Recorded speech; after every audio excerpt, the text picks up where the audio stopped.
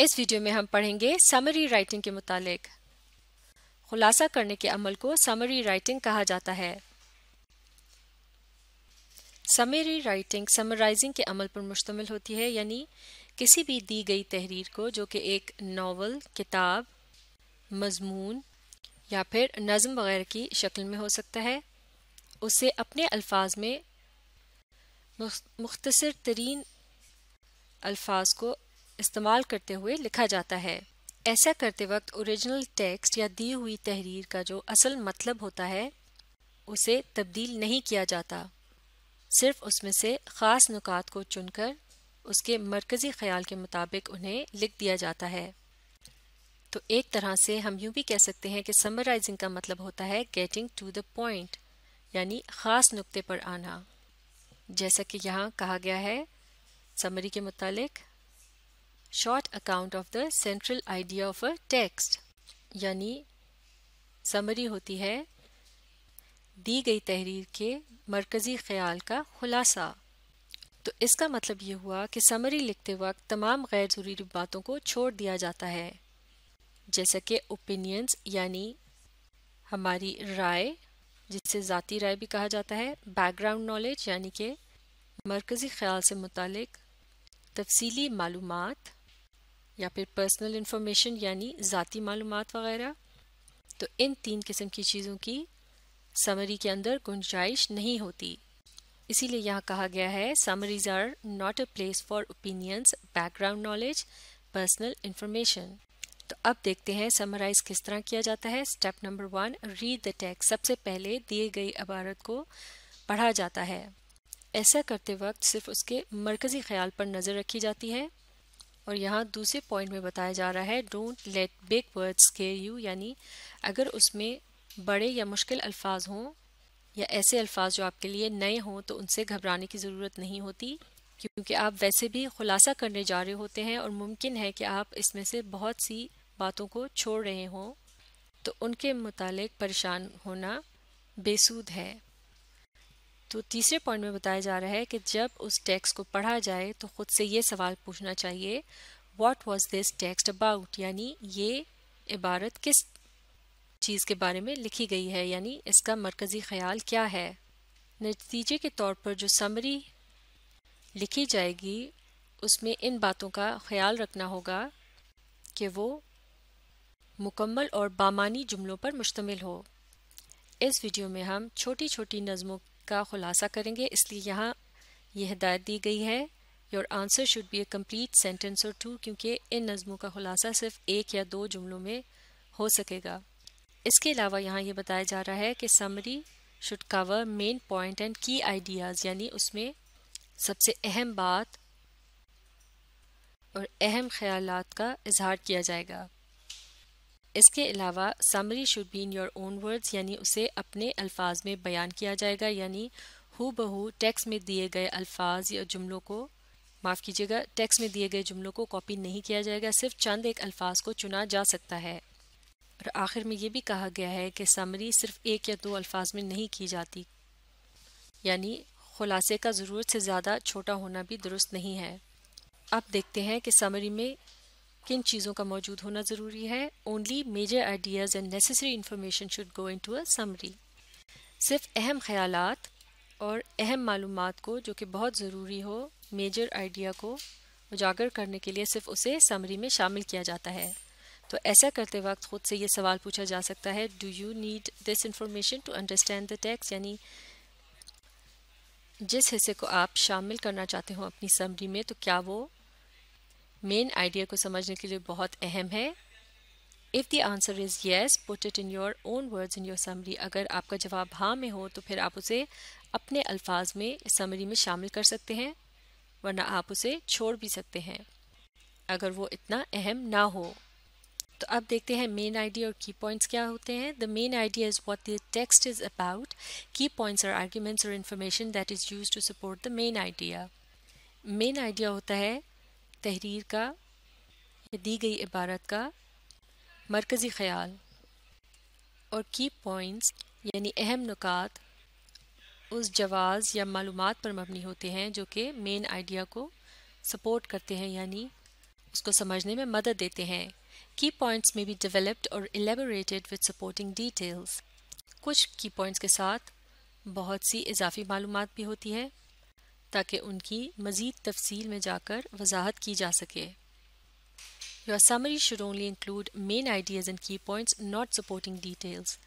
تو سمری کے اندر صرف مین آئیڈیا یعنی مرکزی خیال اور اہم نکات موجود ہونے چاہیے، جبکہ سپورٹنگ ڈیٹیل یعنی اضافی معلومات کی ضرورت نہیں ہے.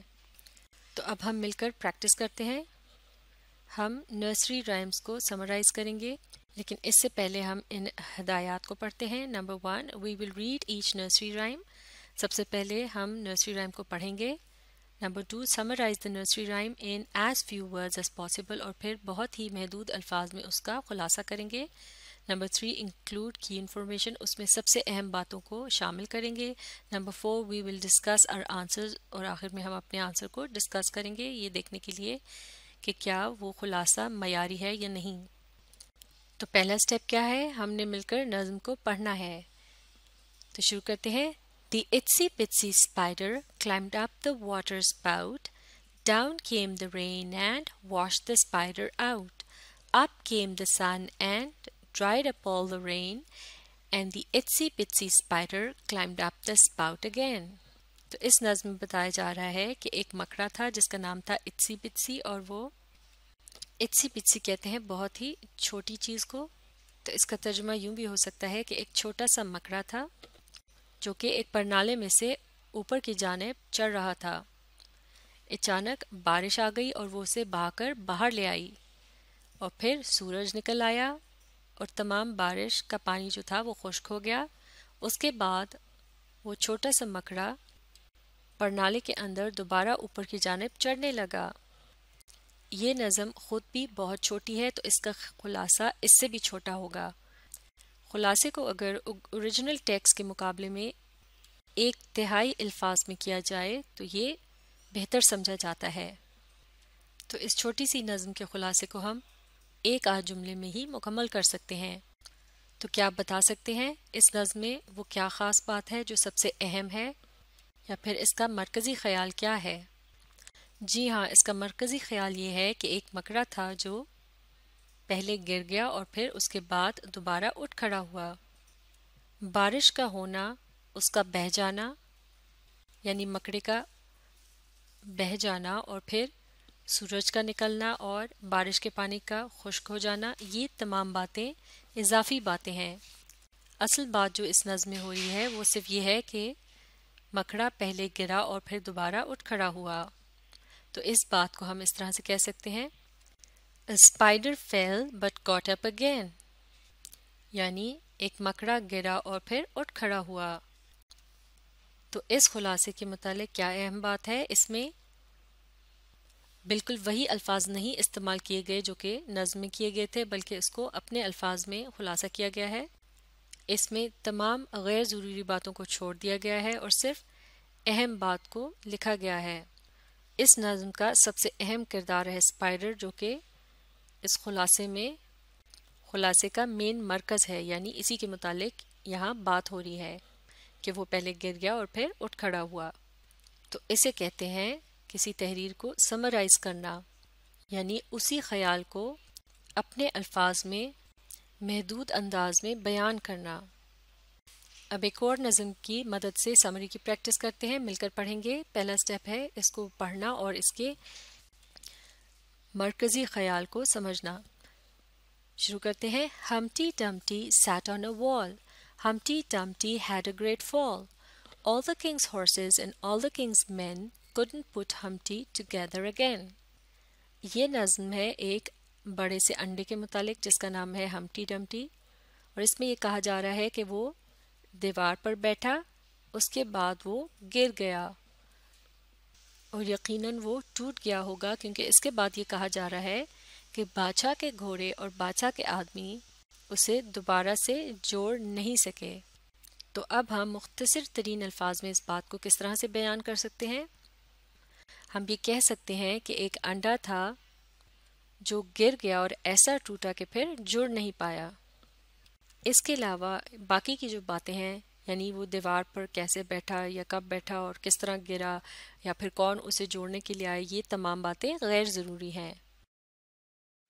خلاصے میں ان باتوں کا شامل کرنا ضروری، بلکہ اہم بات صرف یہ ہے کہ انڈا گرا اور ٹوٹ گیا اور پھر جڑ نہیں پایا، جیسا کہ اس جملے میں اس پوئم کو سمرائز کیا گیا ہے۔ An egg fell and was irreparably broke۔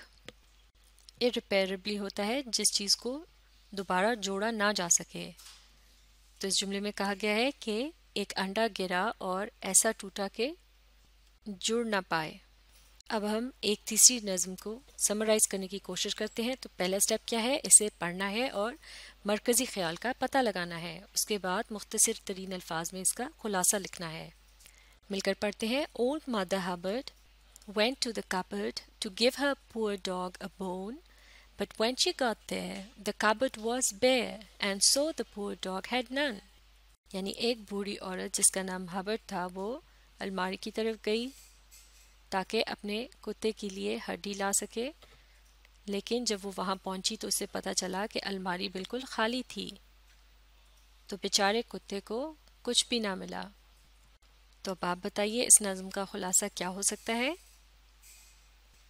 ہم کہہ سکتے ہیں کہ ایک بوڑھی عورت تھی جس کے پاس کتے کو کھلانے کے لیے کچھ بھی نہیں تھا، جیسے کہ اس جملے میں کہا گیا ہے An old woman had no food to feed her dog۔ یعنی ایک بوڑھی عورت کے پاس اپنے کتے کو کھلانے کے لیے کچھ نہیں تھا۔ تو آپ دیکھ سکتے ہیں یہاں بھی اس خلاصے میں غیر ضروری باتوں کو چھوڑ دیا گیا ہے، جیسے کہ وہ بوڑھی عورت الماری کی طرف گئی اور اس نے دیکھا کہ الماری بالکل خالی تھی وغیرہ وغیرہ۔